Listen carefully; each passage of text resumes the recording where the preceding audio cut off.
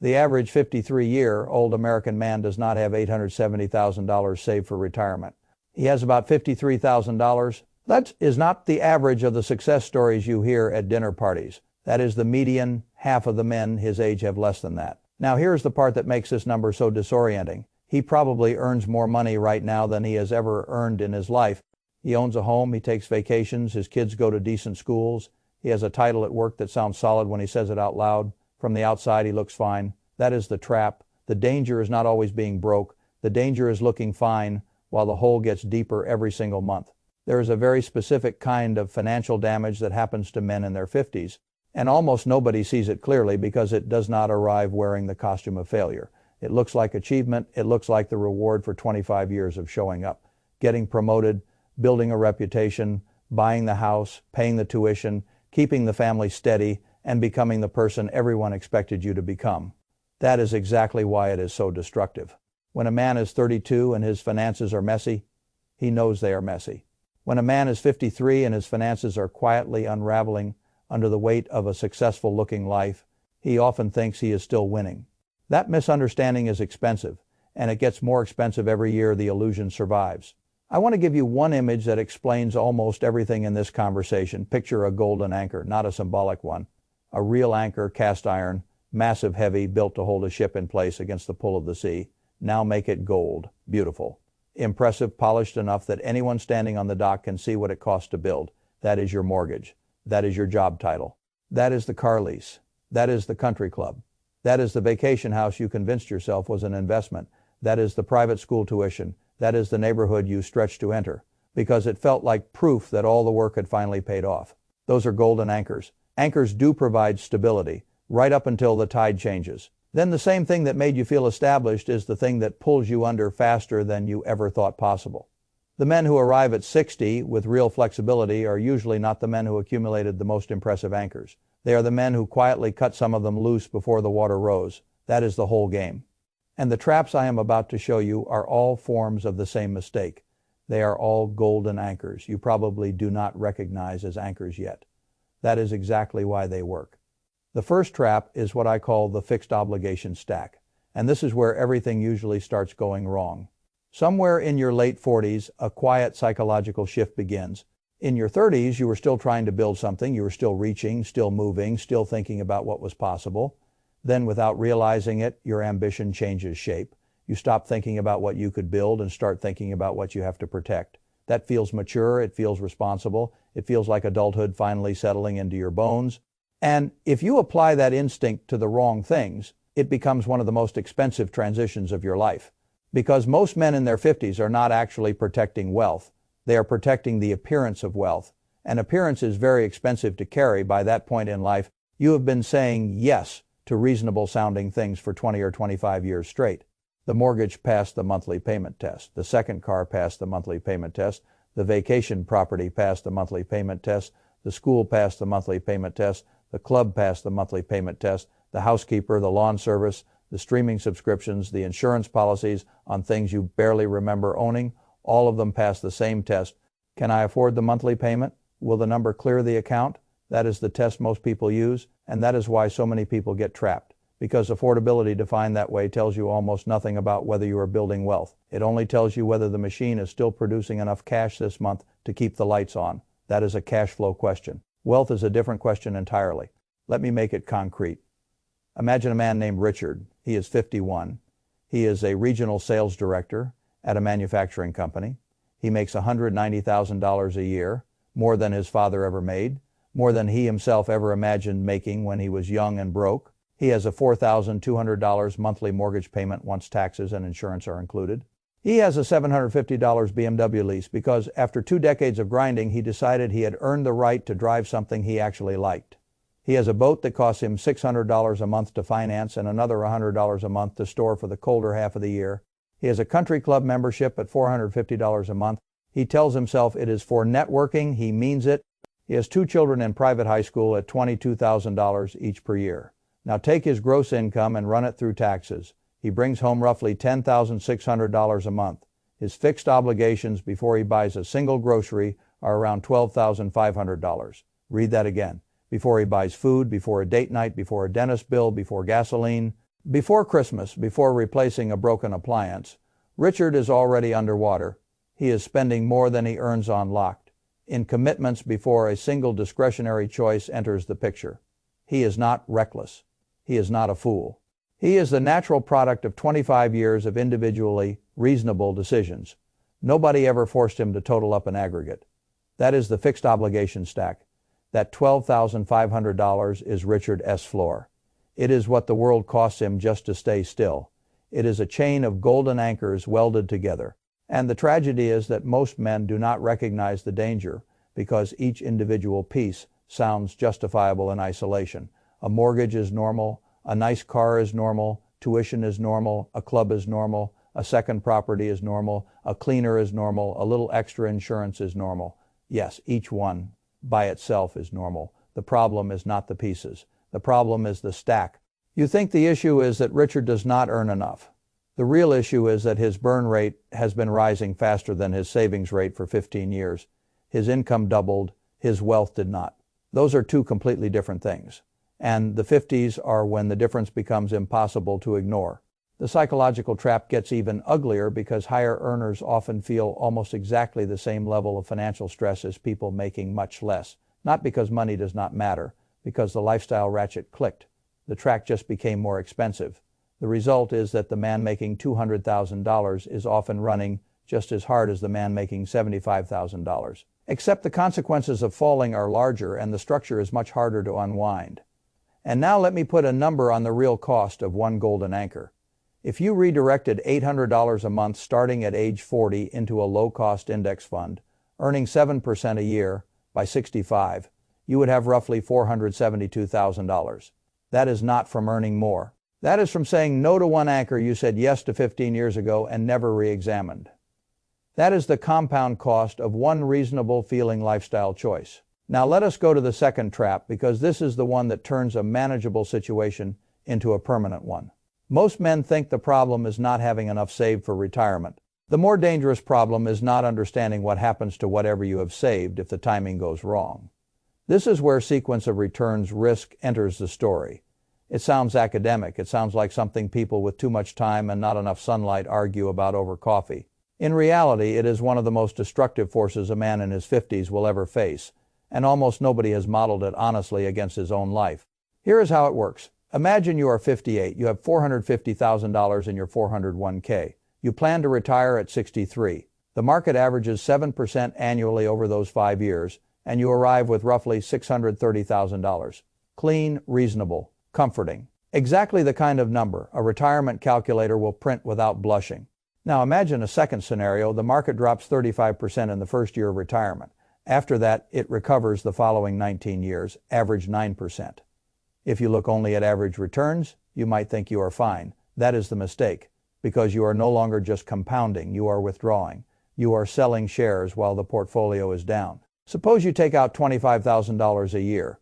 Now you are not just experiencing losses, you are locking losses in at the precise moment your capital most needs to stay intact. You are removing the very shares that would have participated in the recovery. That is what destroys plans, not bad long-term averages, bad early sequencing. The same market can produce two completely different retirements depending on when the pain arrives, and the man who retires into the pain pays for it in a way the spreadsheet rarely shows honestly enough. That is why I always tell people the market does not have to be bad to ruin a retirement. It only has to be bad at the wrong time. Now, let me bring in another man, Gary. Gary is 54. He has done many things, right? He has $600,000 with a large wealth management firm. His advisor runs a conventional 80/20th portfolio. Gary gets quarterly reports with charts and optimistic language. He feels reasonably okay. Not ecstatic, not perfect, but okay enough to keep going. That is the danger. Gary is paying 1.2% a year in advisory fees. That is about $7,200 a year. On paper, that may not sound outrageous to him because the statements describe the fee in basis points and percentages, not in the language that matters. The language that matters is what else that money could have become. Over 15 years, the difference between paying 1.2% and paying a few basis points for a plain low-cost index portfolio is enormous. We are talking about roughly $182,000 on a portfolio of this size, assuming long-run compounding. That is not a fee. That is a retirement income stream, quietly transferred away from his future. And it gets worse, Gary. As advisor knows about Roth conversion strategies. He knows that a properly planned series of conversions during a lower income or transition period can save serious tax money in retirement. But strategies that reduce assets under management are not always the strategies a fee-based asset gathering system is naturally structured to emphasize. I am not saying Gary S. advisor is evil. I am saying incentives matter. And men in their 50s often mistake professional polish for aligned incentives. Those are different things. Now we arrive at the third trap. This is the trap most financial plans fail to price correctly because it is not one problem. It is three problems that tend to arrive at roughly the same time. Aging parents, adult children, gray divorce. Each one is manageable on its own together. They are the reason I think I am okay quietly turns into I am not sure I can ever retire. Start with aging parents. A lot of men begin materially supporting a parent around age 52. That is not an abstract statistic. That is the reality of a generation living longer, often with inadequate savings and healthcare costs that do not behave the way ordinary people thought they would. Medicare covers some things. It does not solve long-term care. It does not magically make assisted living cheap. It does not make memory care painless. If your mother needs care that costs $6,000 a month and she has $85,000 saved, the math turns ugly fast. At some point the bill reaches you, not theoretically personally, every month. That is what happened to Gary. His mother needed memory care. She had some savings, not enough. Now Gary is paying $3,000 a month out of his own pocket. That is another golden anchor nobody built into his original retirement plan. Now add adult children, not the cost of raising them, the cost of launching them. That is a different burden entirely. College is one of the most expensive ways middle and upper middle class families quietly sabotage retirement without admitting it. Private college can easily run well north of $60,000 per year all in. Even many good public options are far more expensive than people remember them being. If you have two children in the late teenage years and you did not build a 529 aggressively enough early on, the money must come from somewhere. Current income, home equity, retirement accounts, debt, every one of those sources has a real cost. And because parents are emotional creatures when it comes to children, they often disguise financial self-harm as devotion. I understand the instinct. I am not mocking the love. I am saying the math does not care why you did it. If you tear open your own retirement engine to fund launch costs for adult children, then your future pays the bill. Then there is the third blow, gray divorce. Divorce after 50. This is one of the least understood financial wrecking balls in American life. At 34, you divide what you are beginning to build. At 53, you divide what took your entire adult life to build. Retirement accounts split. The house becomes a legal process. Lawyers get paid first. Spousal support can linger. Your judgment is at its worst precisely when the decisions are largest. And because the life you built was expensive, looking to begin with, the collapse of that life is not merely emotional, it is arithmetic. Gary is separated. His divorce is now part of the same stack. He has the advisory fee leak. The sequence risk that was never properly modeled, $3,000 a month to his mother. Care, a child heading into college, and a divorce slicing through what is left. This is not a crazy outlier. This is what happens when multiple reasonable-looking financial obligations mature into simultaneous claims on a man who thought his 50s would be the decade of arrival. Now we come to the fourth trap. This is the one no one wants to look at directly: identity. By 50, a man is not just earning money. He is known as something: the managing director, the founder, the partner, the expert, the executive who runs the region, the guy everyone calls. That identity is not fake. It carries real social weight. And social weight is one of the most expensive assets a man will ever try to maintain. The neighborhood signals it, the car signals it, the club signals it, the club signals it, the vacation signal it, the watch signals it. Every one of those choices becomes part of the tax you pay to maintain the version of yourself the world has learned to recognize. And unlike advisory fees, nobody sends you a disclosure document showing the compound cost. That is why I call it the approval tax. It is invisible until you calculate it. Let me show you what I mean.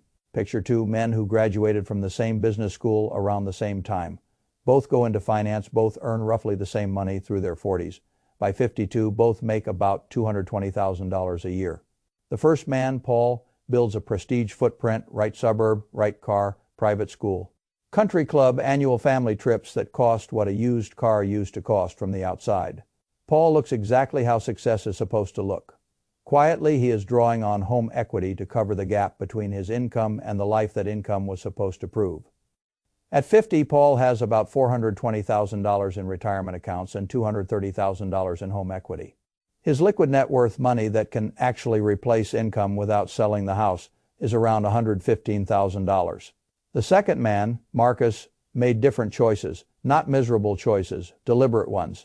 He drove a used car he bought outright. He lived in a good district, not the best one. He took the international trip every other year, not every year. He maxed his 401k from his late 30s onward. He used the catch-up contribution the second he was eligible. He invested an additional $2,000 a month in a simple low-cost portfolio. At 52, Marcus has $1.2 million across retirement and taxable accounts. His mortgage is more than half paid off. His liquid net worth is around $950,000. Same income, same decade, same labor market. One man bought approval, the other bought options. That is the difference. And the cruel part is that Paul knows, most men in Paul's position know, they know what happened. They just could not stop while it was happening because every single decision felt individually reasonable in the moment. That is how the trap works.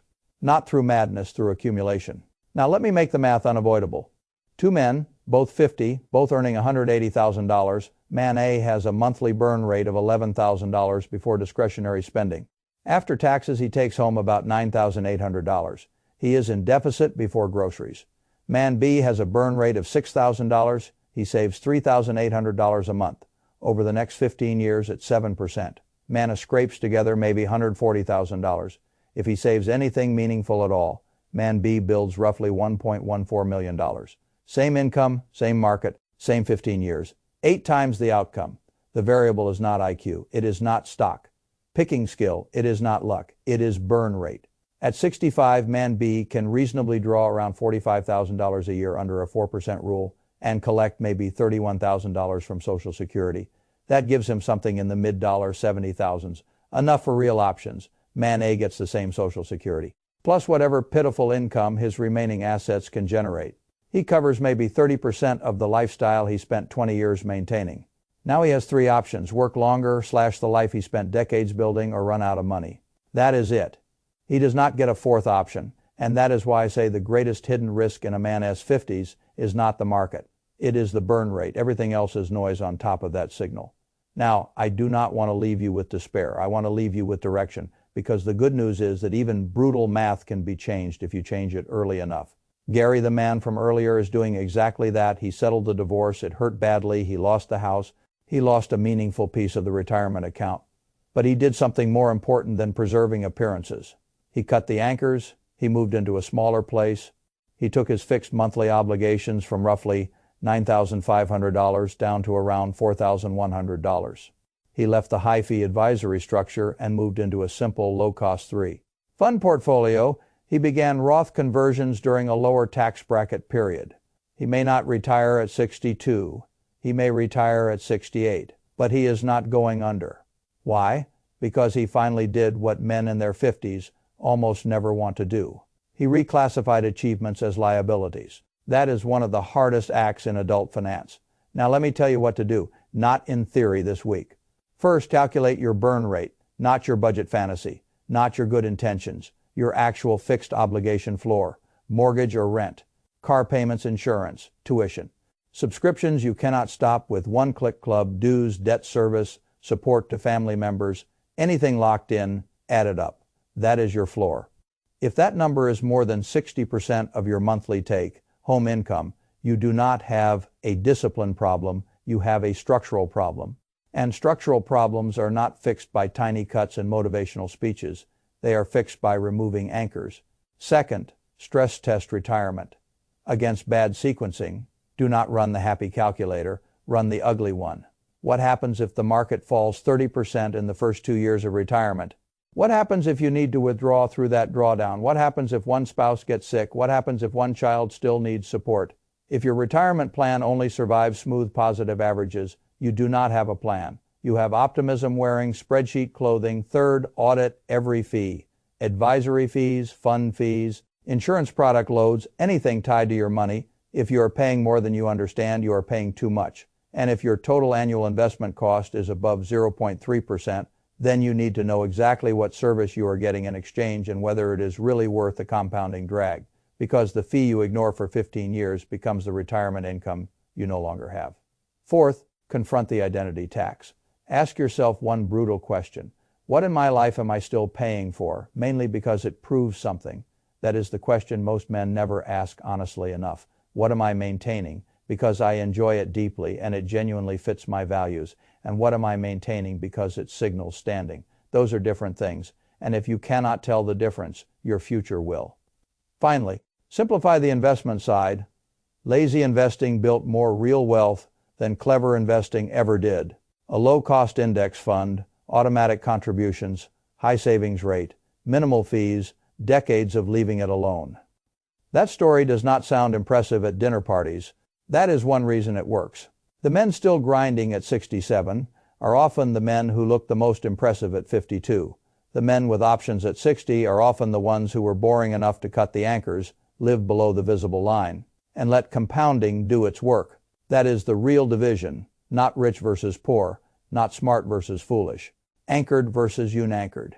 And if you are in your 50s, the window is still open, not forever, but still open. That matters. You do not need a miracle. You need a reckoning. You need a number. You need the courage to see your fixed obligations stack clearly. You need the honesty to admit what your identity has been costing you. You need the discipline to lower your burn rate and stop pretending income alone will rescue a structure that is mathematically broken. And if you do that, then the next decade can still be the decade that saves you. Not because it was easy, because you were finally willing to cut what had been dragging under the water the whole time. That is the work. That is the choice. And that is why the most dangerous decade in a man's financial life can also become the decade that saves him, but only if he stops polishing the anchors and starts cutting them loose.